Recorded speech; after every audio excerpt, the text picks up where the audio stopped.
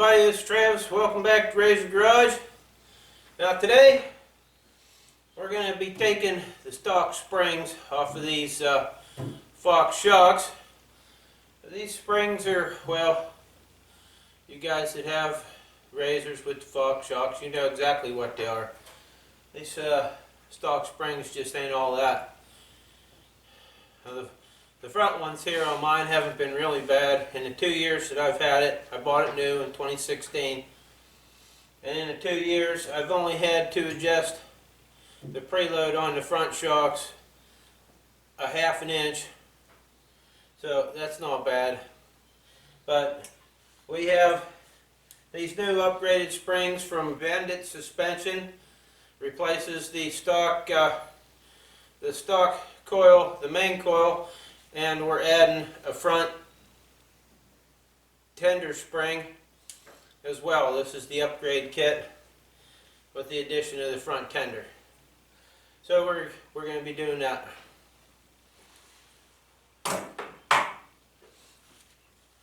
first thing that you want to do is get you a tape measure and measure how much ground clearance you have. Measure the bottom of your machine.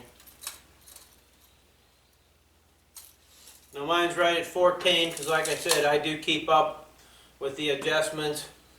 When it starts looking like it's sagging, I measure it and then I make adjustments. So the first thing you have to do then, like I said, measure. And then we're going to jack this up, and we're going to take our spanner wrench that comes in the toolkit, and we're going to take all the preload off of both front shocks. First you have to get the adjustment nut loose, or the jam nut loose. Jam nut's loose. We're going to spray that whole shock body with some WD, give it some lubrication. You want to make sure your shock body's all nice and clean, free of any debris. You don't want to damage these threads. We're just going to loosen the lock nut up pretty good ways. I don't know how much preload is on these. So we're going to loosen it up the whole way, and like I said, because then we have to make room for that extra spring on top of there. That softer rate, at low speeds, at trail speeds, that'll absorb, you know, them quick jerking when you hit rocks or tree branches or whatever. That'll absorb that instead of all going through your main coil spring.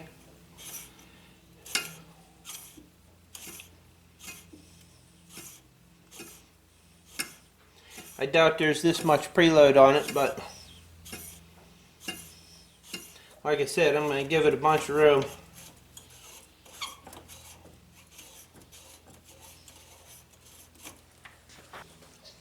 And we're just going to work it.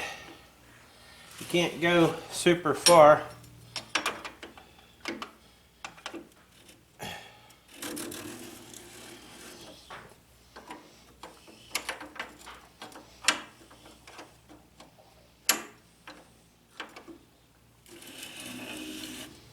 It's easier to take the preload off the spring while it's on the machine, even though there's not a lot of room.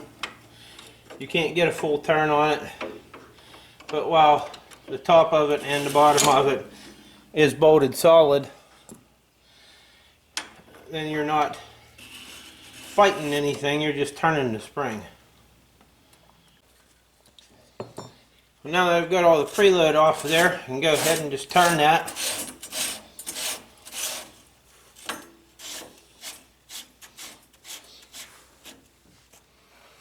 Now I'm going to take my new front tender spring. That's fairly close. It's a fairly good estimate. Loosen this jam nut up a little further. And then we're just going to wind the adjusting nut the whole way up to the jam nut. I took a measurement when I loosened the other spring up on the other side. It had 3/4 of an inch of preload on it.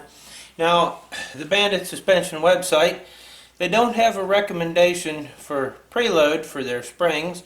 They say to go by what your OE spring, what your manufacturer suggests, and to set it to how you like it. That's pretty much what it says. So that's what we're going to do when we get it back together. Now, all two of your shock bolts, these are 15mm nut and bolt. So we got some 15mm tools here.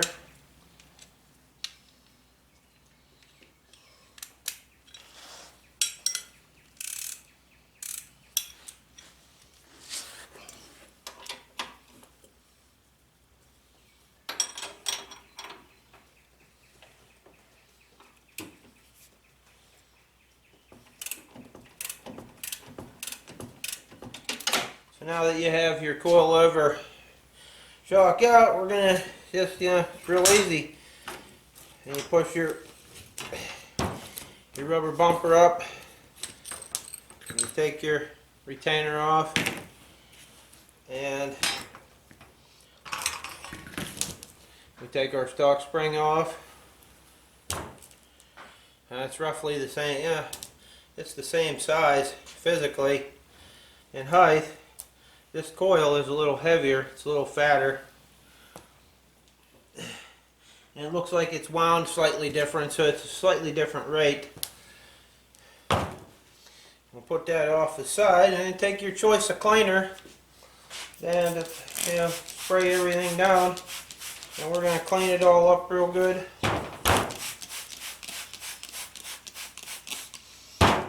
I got a brass bristle brush and a nylon brush. I'm going to make sure we get all these threads real good. Get these. When you got it all clean, you're going to come back with a little WD-40 and just give that a nice spray.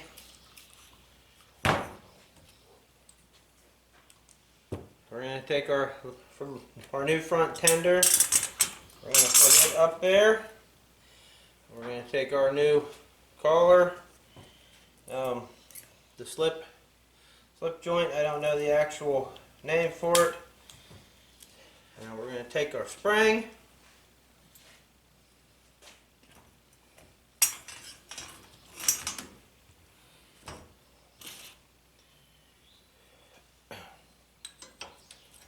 And we got to loosen that a little bit more.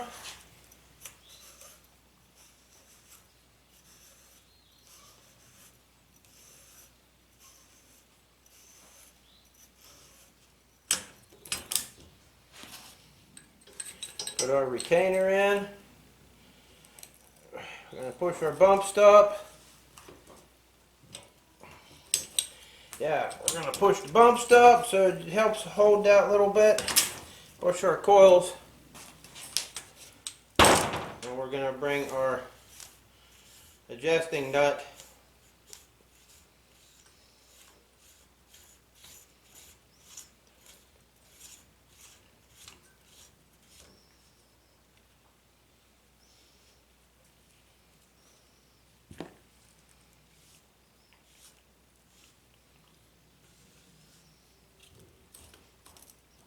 still a little slop. We're going to just take that slop out.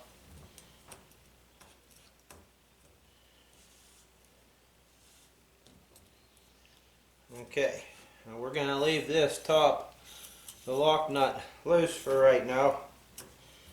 Now I'm going to reinstall this over there. And now, through a process of reverse osmosis, we have the shock reinstalled.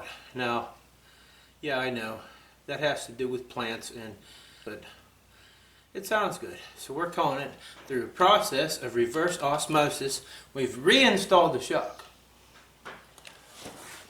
Now, like I said, when I took the other one off, it had a preload of 3/4 of an inch.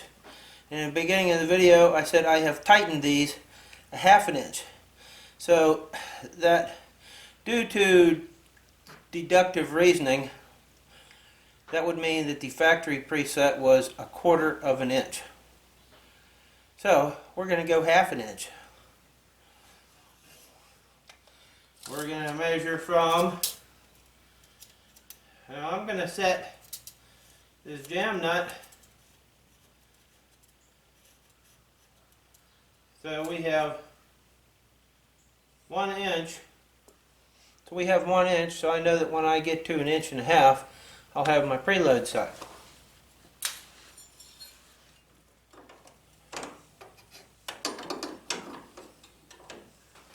And you just keep working at this until we get to that 1.5 inches.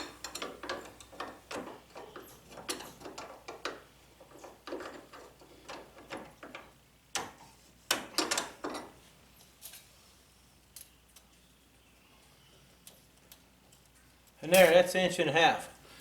Now I'm going to do the other side in exactly the same way, off camera, because we don't need to show all that.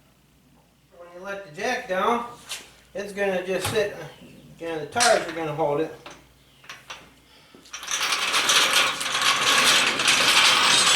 And that's holding that up there quite a bit.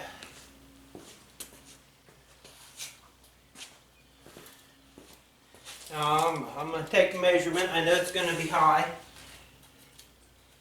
Okay, we're at 16.5 inches.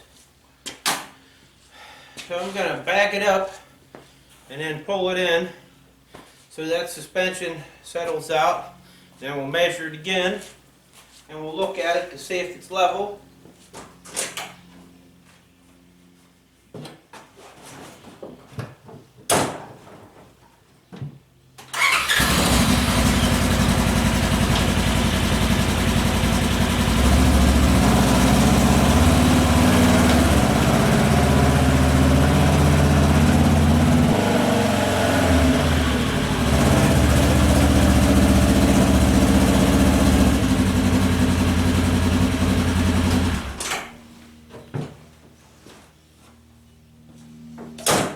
Okay,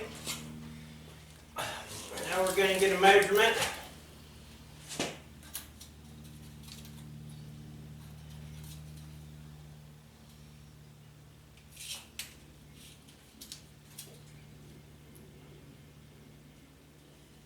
Okay, we're at about 14.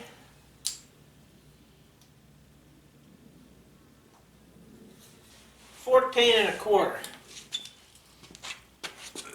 Well, now here we are at the back of the machine, the back shock, which we come to the actual reason why I wanted the new springs, the upgraded springs, the Bandit springs, is these back tenders are completely shot. They're completely crushed.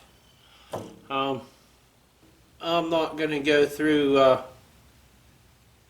any more removal or reiteration of anything, because I showed you the front one and you do all 4 of them the same way. And now we'll come back to this same driver's side rear coil over that we've been shown on the back. I have it leveled. I have the preload set, and what I ended up with, you know, your settings might come out different. And you might not want as much ground clearance. I have mine set at 13 inches at here at the back of the hitch receiver, just underneath it. I have it at 13 inches, and that is where I had it at originally with the stock spring arrangement.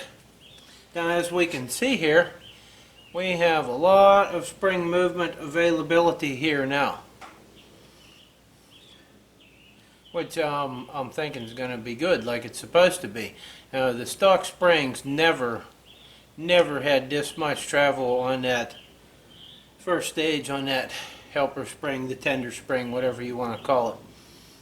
They never looked like that. They were always, there was about that much room in between the coils. I think these are going to be a lot better. Now what I ended up with at the top with the lock nut in as far as up as it'll go, right at the end of the threads where it's tight, I ended up at 1.5 inches from the bottom of the jam nut down to the top of the adjustment nut. There it is. I got all 4 of the Bandit upgrade springs on all 4 corners, and it's looking pretty good so far. Like I said, I haven't been able to get out and ride it, just put them on. But we'll give them a good test and see what they can do, see how they feel. I'm assuming they're going to be a lot better than the stock squished out, flattened, no springy springs. Well, the rain finally did subside, and I was able to go out and put about 35 miles of fairly decent trails on.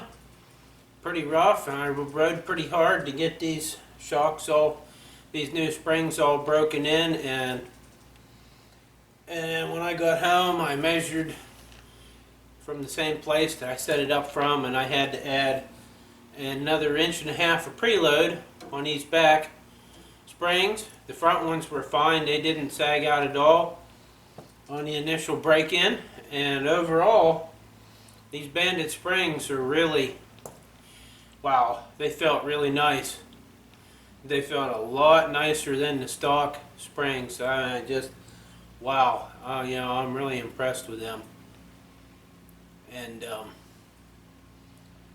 it's a worthy investment.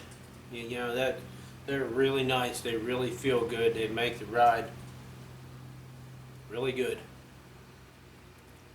And that's all I have to say about that. So, I hope you enjoyed watching. I thank everybody for your views, and I thank the subscribers. And if you're not a subscriber, hit the subscribe button. And I'm out.